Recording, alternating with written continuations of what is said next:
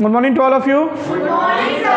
तो आज हम लोग क्लास शुरू करते हैं। सबसे पहले हम कल के क्वेश्चंस को डिस्कस करेंगे। जो क्वेश्चंस मैंने आपको दिया था, तो मैंने आपको एक लिस्ट बनाने के लिए दिया था कि आपको स्टेट्स की और उनके सीएम और उनके गवर्नर की लिस्ट बनानी है। तो आई होप उसको बनाया होगा आप लोगों ने, है ना? बनाया है, तैयार किया है ना? चलिए, तो आज इसके आगे बढ़ते हैं। अब मैं मध्य प्रदेश की ज्योग्राफी के साथ, मतलब इंडिया की ज्योग्राफी के साथ साथ एमपी की ज्योग्राफी के कंटेंट को भी साथ में लेके चलूँगा। मतलब इस क्लास के साथ ना आप एमपी की ज्योग्राफी भी ख़त्म कर लेंगे। ठीक, सबसे पहले मैं भारत के फिजिकल स्ट्रक्चर के बारे में पढ़ाऊँगा, फिर मध्य प्रदेश की फिजिकल स्ट्रक्चर के बारे में पढ़ाऊँगा। ऐसे साथ साथ हम चलते चलेंगे। ठीक है, क्लियर है? चलिए, तो सबसे पहले आज बेटा हम भारत के भूगोल की शुरुआत कर रहे हैं। अब तक मैंने आपको कुछ स्टैटिक इन्फॉर्मेशन बताई है, लेकिन अब हम उस कोर्स पर चल रहे हैं। जो डिटेल्स मैं आपको यहाँ बताऊँगा या जो डिटेल्स आपको लिखवाऊँगा, वो सारी डिटेल आपके लिए बेटा बहुत महत्वपूर्ण होगी एग्ज़ाम में। जो जो पूछा जाता है मैं सब कुछ आपको यहाँ पर एलोबरेट करने वाला हूँ। ठीक है, तो बहुत ध्यान से एक प्रॉपर नोट्स बनाते हुए इन क्लासेस को लेते चलिएगा। आप एग्ज़ाम भविष्य में कोई भी दे लीजिए, चाहे आप यूपीएससी का एग्ज़ाम दे लीजिए, एमपीपीएससी का एग्ज़ाम दे लीजिए, या आपके जितने भी स्टेट के जितने भी कंसर्निंग एग्ज़ाम्स होते हैं, उन सारे एग्ज़ाम्स में ये लेक्चर आपको काम करेंगे।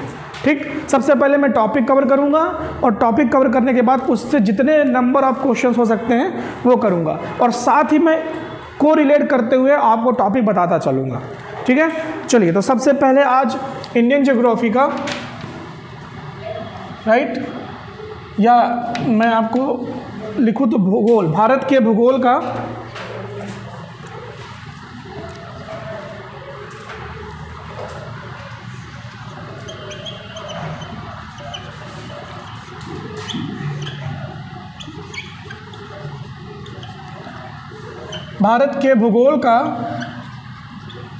पहला पार्ट डिस्कस करने जा रहा हूँ।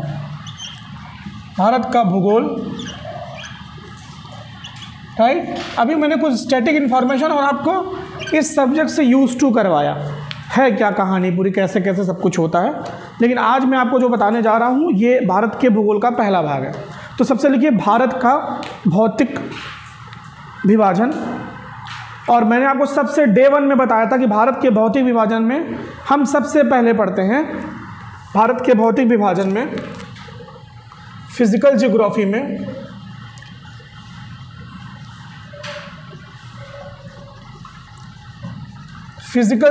में सबसे पहला पार्ट पढ़ते हैं नॉर्दर्न हिल एरिया। ठीक है, यानी कि उत्तर का पर्वतीय क्षेत्र।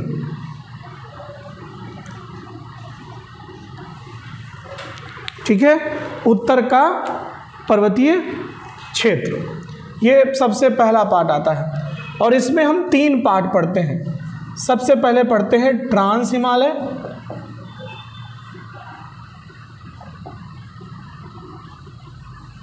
उसके बाद पढ़ते हैं हिमालय, और तीसरा पार्ट पढ़ते हैं पूर्वोत्तर की पहाड़ियाँ।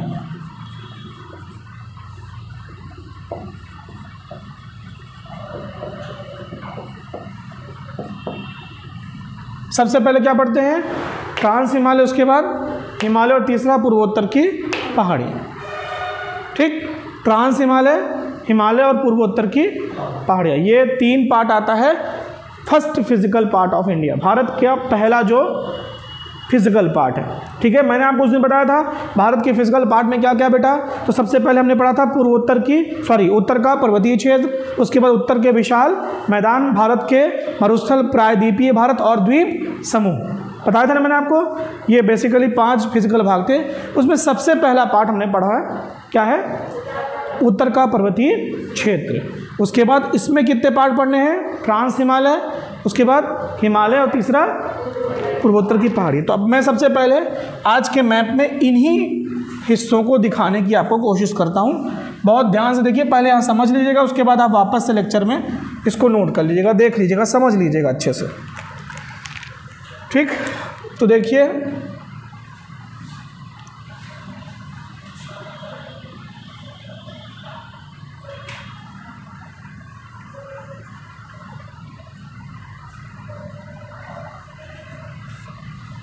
ठीक है।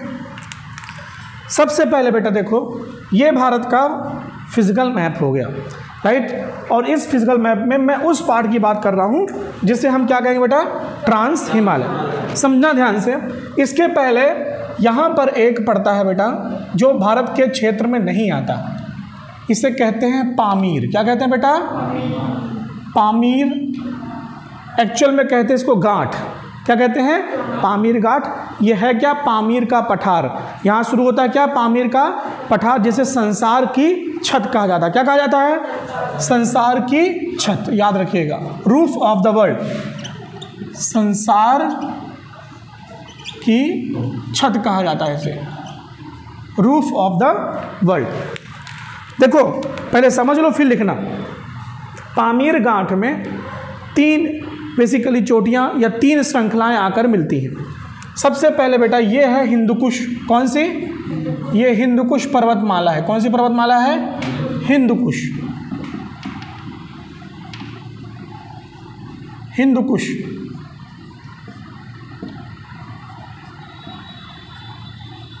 ये हिंदुकुश पर्वत, हिंदुकुश पर्वत किससे संबंधित है, अफगानिस्तान से, ठीक।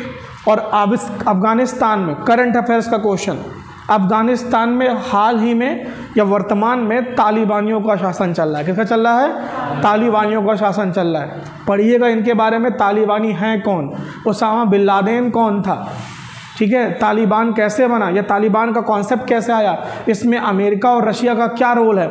मैं आपको एक बात बता रहा हूँ कि अफगानिस्तान एक ऐसी कंट्री है जिसको आज तक कोई जीत नहीं पाया। बहुत सारे ट्राइबल ग्रुप्स रहते हैं और भौगोलिक विविधताकरण बड़ा कठिन है और बहुत रिच है मिनरल्स की पॉइंट ऑफ व्यू से। और उसी मिनरल को प्राप्त करने के लिए सबकी गिद्ध टाइप की नज़र होती है किसमें, अफगानिस्तान में, ठीक है। अगर आप महाभारत में जाएंगे तो गंधार, काबुल, गांधारी कहाँ की थी, गंधार, ठीक है। अगर रिलेट करेंगे तो ये भारत का पूरा हिस्सा हुआ करता था।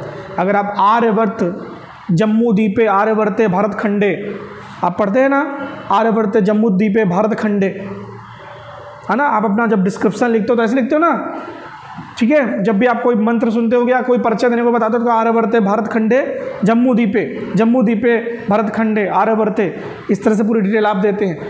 तो याद रखिएगा हिंदुकुश, इसका रिलेशन कहीं ना कहीं हिंदुस्तान से है। आज हम इसको अफगानिस्तान कहते हैं, आज इसका राजा कोई और हो सकता है, इसका किंग कोई हो सकता है, इंपॉर्टेंट है। लास्ट जो इसके साथ एम्परर थे, एम्परर मतलब जो शासक थे, एम्परर नहीं कहूँगा, प्रधानमंत्री थे जो अफगानिस्तान के, उनका नाम था शायद अशरफ गनी। अशरफ गनी लास्ट थे और अशरफ गनी को हटा करके, अगर मैं गलत नहीं हूँ, अशरफ गनी गलत नहीं है तो अशरफ गनी को हटा करके तालिबानियों ने, जिस दिन भारत का 15 अगस्त हो रहा था, ठीक है, शायद उसी दिन अफगानिस्तान में सत्ता परिवर्तन हो गया, ठीक। देखिएगा एक बार सर्च करिएगा इनके बारे में, ये करंट है, क्या सिचुएशन चली अफगानिस्तान में और उसके बाद वहाँ पर कितनी बड़ी प्रॉब्लम चल रही है वहाँ पे सोसाइटी में।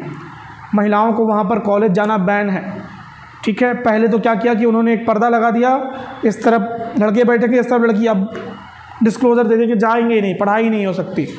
तो ऐसे बहुत सारे फाउंडेशन है। अफगानिस्तान याद रखिएगा। इधर देखो, अफगानिस्तान की कौन सी पर्वत बेटा, हिंदुकुश। उसके बाद यहाँ से एक रेंज आती है, इसका नाम है सुलेमान। कौन सी, सुलेमान। सुलेमान रेंज है पाकिस्तान की, कहाँ की, पाकिस्तान की सुलेमान रेंज है, याद रखिएगा। सब पाकिस्तान की सुलेमान रेंज है। और यहाँ से आता है कुलनुंग सांग और टियांग सांग, कुलनुंग सांग और टियांग सांग, कुलनुंग सांग और टियांग सांग, याद रखिएगा। ये चीन की है, ये कहाँ की बेटा, चीन की। तो इन पर्वतमालाओं का आपस में जहाँ मिलन होता है, इन पर्वतमालाओं का आपस में जहाँ मिलन हो रहा है उसे कहते हैं पामीर गांठ। अपन गांठ नहीं मार देते, उस तरह से देखा जाता है। जब ऊपर से देखते हैं इसको तो लगता है कि पर्वत यहाँ पर ट्विस्टेड है, बंधे हुए हैं, तो इसको क्या कहते हैं, पामीर गांठ। संसार की छत कहते हैं पामीर के पठार को, गांठ को नहीं, किसको, पामीर के पठार। अब यहाँ से शुरू होता है बेटा असली कहानी, ध्यान से समझिएगा। यहाँ से शुरू होता है हमारा प्यारा भारत। सबसे पहली रेंज जो आती है बेटा, इसका नाम है काराकोरम। क्या नाम है इसका, काराकोरम। उसके बाद आती कौन सी, लद्दाख, उसके बाद आती कौन सी, जास्कर, और यहाँ आती है कैलाश। ठीक है, याद रखिएगा, ये कौन सी हो गई, कैलाश। ये कैलाश वही है जिससे कैलाश मानसरोवर की यात्रा होती है। ठीक है, हर साल भारत सरकार कुछ लकी लोगों को, लकी मतलब लोग अपना इच्छा जाहिर करते हैं, अपना मेडिकल सर्टिफिकेट लगा करके सरकार के पास आवेदन करते हैं कि हमको कैलाश मानसरोवर की यात्रा में जाना है। लगभग एक व्यक्ति के यात्रा में 2 से 3 लाख रुपए खर्चा आता है। भारत सरकार इस यात्रा को करवाती है। और ये यात्रा कैसे जाती है, तो 2 रास्ते हैं, एक रास्ता यहाँ से, एक रास्ता यहाँ से, मतलब ये नेपाल से चीन। कुल मिला के कैलाश मानसरोवर पर्वत कहाँ पर है बेटा, तिब्बत यानी कि चीन में। तिब्बत किसका हिस्सा है, चीन। ठीक है, तो तिब्बत से ये यात्रा शुरू होती है, तिब्बत में ही कैलाश मानसरोवर पर्वत है। तो आपको मेडिकल सर्टिफिकेट बनवाना पड़ेगा, मेडिकल सर्टिफिकेट बनवा करके आप अप्लाई करेंगे, फिर एक लकी ड्रॉ निकलता है, उसमें से जिन लोगों का नाम निकलेगा उन्हीं लोगों को जाने का मौका मिलता है कैलाश मानसरोवर यात्रा में। ठीक है, कैलाश मानसरोवर में क्या बेटा, कैलाश पर्वत है, मानसरोवर झील है, कोई मंदिर नहीं है वहाँ पर। कहते हैं कि कैलाश पर्वत शंकर भगवान का घर है। और एक इंटरेस्टिंग चीज़, बहुत महत्वपूर्ण इंटरेस्टिंग चीज़ है कि कैलाश पर्वत को आज तक कोई फतह नहीं कर पाया। लोग 8,848.86 मीटर एवरेस्ट पर तो चढ़ गए, कुछ विकलांग चढ़ गए, लेकिन आज तक कोई भी व्यक्ति कैलाश पर्वत के शिखर पर जाकर झंडा लहरा नहीं पाया है। कहते हैं कि वहाँ पे कुछ रेडिएशंस की प्रॉब्लम है, जो चढ़ता है उसको रास्ता भूलने लगता है, तबीयत खराब हो जाती है। मतलब आप इसको आप आध्यात्मिक समझिए या जियोग्राफिकल कोई कहानी समझिए, लेकिन है तो है। आज तक कोई भी व्यक्ति कैलाश पर्वत को फतह नहीं कर पाया है। ठीक, अब तक की प्राप्त जानकारियों के अनुसार लोग कर रहे होंगे, ट्राई कर रहे होंगे।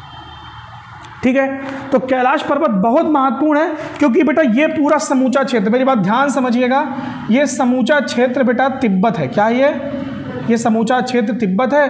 और तिब्बत को कह लो तो तिब्बत से ये किसका हिस्सा है, तिब्बत चीन का हिस्सा है। और तिब्बत एक ऐसी जगह है या ऐसा क्षेत्र है, बर्फ़ है, और बर्फ़ यानी कि ग्लेशियर है, और ग्लेशियर के पिघलने से ही नदियों का उद्गम होता है। किसका उद्गम होता है, नदियों का। तो 2 महत्वपूर्ण नदी समझो। यहाँ पर देखिए आप लोग, एक नदी बेटा यहाँ से निकलती है, इसका नाम है सिंधु। कौन सी, सिंधु। और एक नदी निकलती है इधर से, मैं आपको पढ़ाऊंगा, इसका नाम है ब्रह्मपुत्र। दोनों का उद्गम स्रोत एक ही है। इसलिए मैं हमेशा कहता हूँ अपनी भाषा में कि एक ही माँ की 2 बेटी हैं, बस करवट बदल के लेटी। ठीक, क्या है, सिंधु और ब्रह्मपुत्र, एक ही माँ की 2 बेटी हैं, बस करवट बदल के लेटी हैं। सिंधु इस डायरेक्शन में जाती है और ब्रह्मपुत्र इस डायरेक्शन में आती है। मतलब ये जो कैलाश का आसपास का पूरा क्षेत्र है, या तिब्बत का जो पूरा आसपास का क्षेत्र है, ये नदियों के लिए बहुत महत्वपूर्ण है। यहाँ से निकलने वाली नदियाँ सदा नीरा होती, मैं आगे पढ़ाऊँगा आपको। हिमालय से जितनी नदियाँ निकलती हैं वो कैसी बेटा, सदा नीरा, यानी कि उसमें पानी की कमी कभी नहीं होगी, क्योंकि उनका सोर्स, उद्गम स्रोत क्या है, उनका उद्गम स्रोत है बर्फ़। और बर्फ़ कंटिन्यूसली पिघलती है, और बर्फ़ के पिघलने से नदियों का उद्गम होता है या नदियों में पानी आता है। जबकि भारत की इधर नीचे की नदियाँ, मैं पढ़ाऊंगा आपको आगे चल के, उन नदियों का स्रोत बर्फ़ नहीं है, तो वो बरसाती नदी कहलाती हैं, उनमें वर्ष भर पानी नहीं होता। ठीक, तो अभी हम पहले रेंज देखते हैं। तो सबसे पहले बेटा ये कौन सी हो गई हमारी, काराकोरम। कौन सी हो गई, काराकोरम। ठीक, उसके बाद ये कौन सी हो गई, लद्दाख। उसके बाद ये कौन सी हो गई, जास्कर। ये कौन सी हो गई आपकी, मैंने लिखवाया कैलाश। ठीक, ठीक है, समझ लीजिए फिर लिखिएगा। सबसे पहला क्वेश्चन, भारत की सबसे ऊंची चोटी कौन सी है? भारत की सबसे ऊंची चोटी कौन सी है? हाँ जी, भारत की सबसे ऊंची चोटी का नाम है गाडविन ऑस्टिन K2। यहाँ पर पाई जाती है K2, कुछ इस स्थान पर K2 8,611 मीटर, 8,611 मीटर। इसी को कहते हैं गाडविन ऑस्टिन। क्या कहते हैं बेटा, गाडविन ऑस्टिन।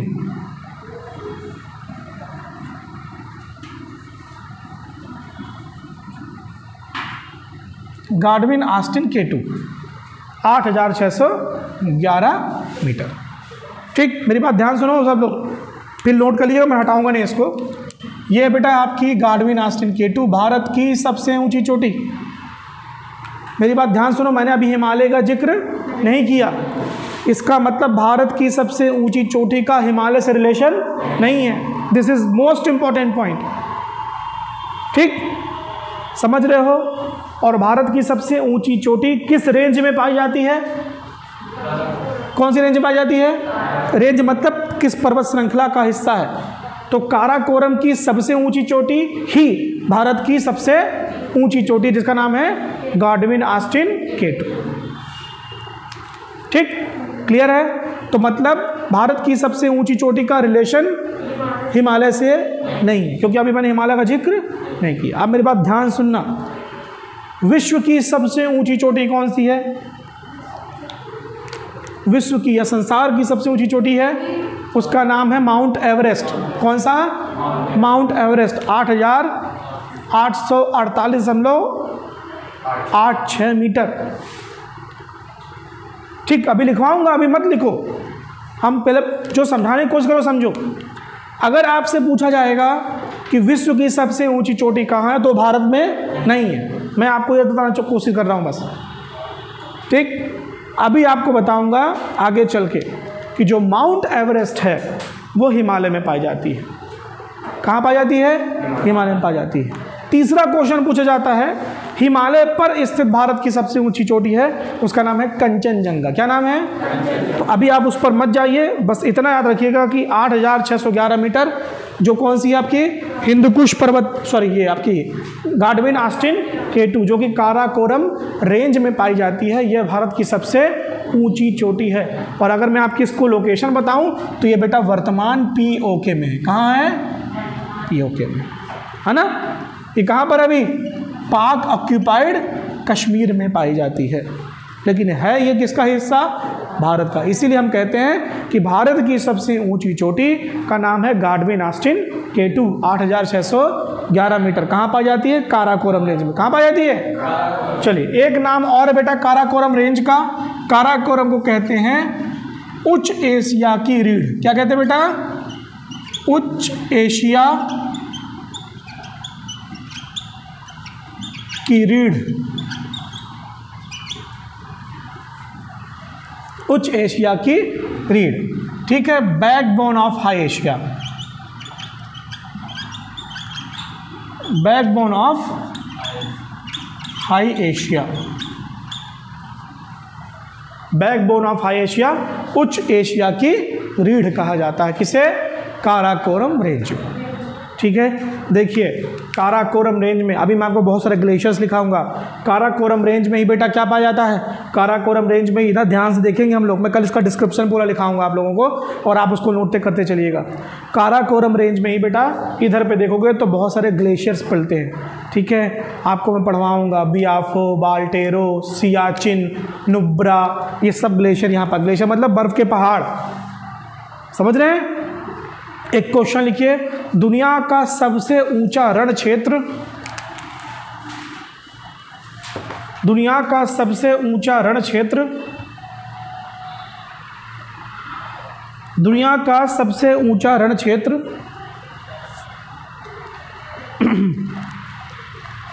दुनिया का सबसे ऊंचा रण क्षेत्र कौन सा है? यह कहाँ पाया जाता है? दुनिया का सबसे ऊंचा रण क्षेत्र कौन सा है? यह कहाँ पाया जाता है? अगला क्वेश्चन, भारत का सबसे ठंडा क्षेत्र कौन सा है? भारत का सबसे ठंडा क्षेत्र कौन सा है? देखो अब यहां समझो एक चीज और, प्लीज सभी लोग इधर देखिए, यहाँ देखो ये जो पॉइंट है बेटा, ये जो पॉइंट है, इस जगह से ही हम अफगानिस्तान से टच होते हैं। किससे टच होते हैं? अफगानिस्तान से टच होते हैं। मैंने आपको कल ही बताया था कि ये तो POK हो गया है ना। ये एरिया चीन ने बेच दिया, सॉरी पाकिस्तान ने किसको बेच दिया? चीन ने। और ये एरिया ऑक्यूपाई कर लिया। ये कौन सा हो गया? अक्साई चीन। क्या हो गया बेटा? अक्साई चीन। बताया था कल मैं आपको, बताया था ना, ये कौन सा हो गया, अक्साई चीन, जो 1962 के बाद चीन ने हथियार रखा है। ये एरिया कौन सा हो गया, POK, जो 1947 से किसके पास है, मतलब जो युद्ध हुआ था आज़ादी के तुरंत बाद पाकिस्तान ने ऑक्यूपाई कर रखा है। और ये एरिया पाकिस्तान के पास नहीं था, तो ये कि इसका एडमिनिस्ट्रेशन उसको दिक्कत हो रही थी, तो उसने इस एरिया को क्या कर दिया बेटा, चीन को बेच दिया, राइट। और चीन ने यहीं से अपना चाल चलना शुरू किया। उसने अपने सिंजियांग प्रांत से, आई थिंक यहाँ से होते हुए एक रोड बनाना शुरू किया। वो रोड लगभग बन के तैयार है। और इसीलिए डेमोग्राफी चेंज हो रही है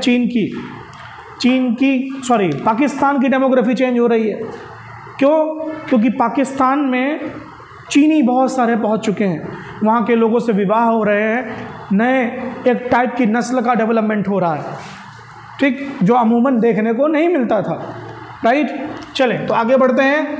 काराकोरम के बाद अगली रेंज को हो जाती है बेटा लद्दाख, ठीक है। लद्दाख तक लोग घूमने जाते हैं। लद्दाख के थोड़ा नीचे आओगे तो आपने 2 जगह सुनी होंगी, एक का नाम है गुलमर्ग और सोनमर्ग, ठीक है। चलिए एक क्वेश्चन लिखिए,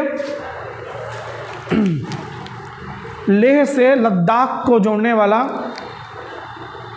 नेशनल हाईवे कौन सा है?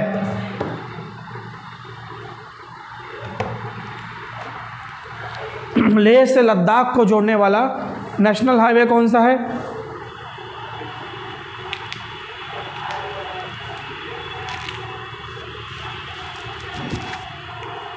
ठीक है, आप लोगों ने वो 3 इडियट मूवी देखी होगी, उसमें एक फुनसुक वांगडू का स्कूल देखा होगा आपको वहाँ पे रियल एक व्यक्ति मिलेगा, यहाँ पर रियल में एक व्यक्ति है, ठीक है, जिनका नाम है सोनम वांगचुक। क्या नाम है?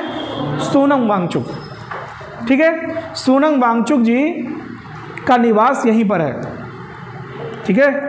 क्षेत्र कौन सा है? लद्दाख। कौन सा? लद्दाख। और लद्दाख में वास्तव में उनका वो स्कूल है, ठीक है, वास्तव में उनका स्कूल है, सोनम वांगचुक जी का स्कूल है। और हाल ही में अभी उन्होंने एक वीडियो रिलीज़ किया है वहाँ से बेटा। पहली बहुत रिमोट जगह है, बहुत ऐसी जगह जहाँ पर सब रह नहीं सकते, सब काम नहीं कर सकते, बहुत लो टेम्परेचर रहता है, बड़े चैलेंजेस हैं। लेकिन क्योंकि वो लोग वहाँ पर रहते हैं, उन्होंने अपने आप को उस तरह से ढाल लिया है। और जाहिर सी बात है, जब हम कहीं पर ये सोच लेते हैं कि हमको ये काम करना ही है, तो हम अपने हिसाब से परिस्थितियों को बदल देते हैं। परिस्थिति के हिसाब से बदलते नहीं, बल्कि परिस्थितियों को बदलने की कोशिश करते हैं। और ऐसे ही व्यक्ति हैं कौन? सोनम वांगचुक। पढ़िएगा उनके बारे में, उन्हीं का जिक्र है 3 इडियट मूवी में, ठीक। आप समझिए, उन्होंने एक स्कूल बनाया है, वहाँ पर ये सारी टाइप की चीज़ें होती रहती हैं, ठीक। आप स्कूल का नाम सर्च करिएगा। और एक इंटरेस्टिंग चीज़ और, हाल ही में बेटा वहाँ पे उन्होंने लाईफाई टेक्नोलॉजी से, कौन सी बेटा? लाईफाई टेक्नोलॉजी में थोड़ा सा टेक्नोलॉजी में जा रहा हूँ, लेकिन आपको समझना ज़रूरी है, क्योंकि मैं आपको वो रटाया ज्ञान नहीं बताना चाहता। जो अभी चल रहा है उससे रिलेट करके आप जानोगे ना, तो आपको GS कभी नहीं बोलेगा। देखिए, हम लोगों के यहाँ कम्युनिकेशन कैसे होता है? टावर के थ्रू। किसके थ्रू? टावर लगे होते हैं, उन्हीं टावर के बीच में हम होते हैं, तो हमारा कम्युनिकेशन होता है। ट्रांसमीटर रिसीवर, हमारा फ़ोन रिसीवर और ट्रांसमीटर दोनों का काम करता है। वैसे टावर ट्रांसमीटर रिसीवर का दोनों का काम करते हैं। अब जहाँ पे टावर लगाना संभव ही नहीं है, इतना ऊंचा पहाड़ है, वहाँ पे टावर लगाने जाएगा कौन? जहाँ पे -30 डिग्री -40 डिग्री टेम्परेचर है। तो उन्होंने क्या किया, पहाड़ के ऊपर ही एक बेटा सिस्टम होता है जिसे लाईफाई कहते हैं। लाइट को ऐसे जलाते हैं बुझाते हैं और इससे कम्युनिकेशन हो जाता है, ठीक है। बहुत डिटेल में आप पढ़िएगा। तो अभी उन्होंने लाईफाई टेक्नोलॉजी से हाईएस्ट इंटरनेट स्पीड डेवलप कर ली है अपने क्षेत्र में, अपने स्कूल के लिए, ठीक है। उस टेक्नोलॉजी कहते हैं लाईफाई। हालांकि इस टेक्नोलॉजी का कॉन्सेप्ट बहुत पहले आ गया था, लेकिन ये टेक्नोलॉजी अभी इतनी ज़्यादा वायरल नहीं हुई है, लोग इसके बारे में नहीं जानते। तो पढ़िएगा और सोनम वांगचुक के बारे में पढ़िएगा, और फिर देखिएगा कि एक इंसान क्या कर सकता है, एक सिंगल व्यक्ति अपने जीवन में क्या कर सकता है, इसको देखिएगा आप लोग। चलिए आगे देखते हैं। तो लद्दाख का वो क्षेत्र, लद्दाख बहुत खूबसूरत जगह है, घूम के आइएगा। और इसी से सटे एरिया में अभी हमारा गलवान वाला इशू हुआ था। तो क्वेश्चन लिखिए, गलवान वैली कहाँ है? जहाँ पर हाल ही में गलवान वैली कहाँ है? जहाँ पर हाल ही में गलवान वैली कहाँ है? जहाँ पर हाल ही में भारत और चीन के सेनाओं के मध्य झड़प हुई थी।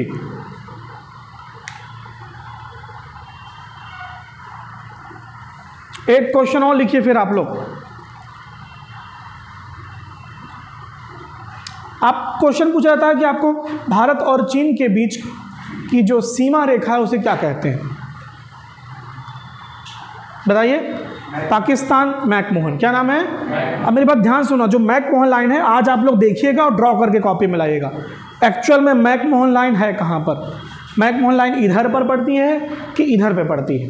ठीक है, पहली क्वेश्चन तो यही हो गया कि मैकमोहन लाइन है कहाँ पर। दूसरी इन्फॉर्मेशन, मैकमोहन लाइन को ड्रॉ करना। दूसरा चीज़ सुनो, मैकमोहन जो एग्रीमेंट था, सर मैकमोहन थे उस वक्त के ब्रिटिश अधिकारी, और जो एग्रीमेंट हुआ था वो तिब्बत से हुआ था। तिब्बत उस वक्त चीन का हिस्सा नहीं था। तिब्बत उस वक्त चीन का हिस्सा नहीं था, इसीलिए चीन कहता कि जो एग्रीमेंट हुआ था तो तिब्बत से हुआ था। अब हम तो क्या हैं, अब चीन, और इस वक्त तिब्बत हमारे हिस्से में है, तो हम मैकमोहन रेखा को नहीं मानते, और इसीलिए डिस्प्यूट होता है कि अरुणाचल प्रदेश पर वो बार बार अपनी हकदारी शो करता है, बार बार कहता है कि अरुणाचल प्रदेश किसका हिस्सा है? हमारा हिस्सा है। तो एक बार देखिएगा कि मैकमोहन लाइन कहाँ पर है। ठीक, क्लियर है? चलिए आगे बढ़ते हैं। ये है बेटा अगली रेंज, क्या नाम है इसका? जास्कर। देखिए जैसे जैसे आप नीचे आते जाओगे ना, वैसे वैसे हाइट में थोड़ी कमी होती चली जाएगी। अब मैं आपको कल पढ़ाने वाला हूँ इसकी कहानी थोड़ी सी क्या है, हिमालय पर्वत के बारे में जब डिटेल बताऊँगा तो आपको समझाऊँगा। अब एक क्वेश्चन और लिखिए आप लोग आज का, फिर मैं ट्रांस हिमालय के बारे में कुछ महत्वपूर्ण इन्फॉर्मेशन है वो मैं आपको कल बताऊँगा। लिखिए आज का क्वेश्चन, लिखिए कश्मीर वैली यानी कि कश्मीर घाटी किन दो पर्वत श्रेणियों के मध्य स्थित है?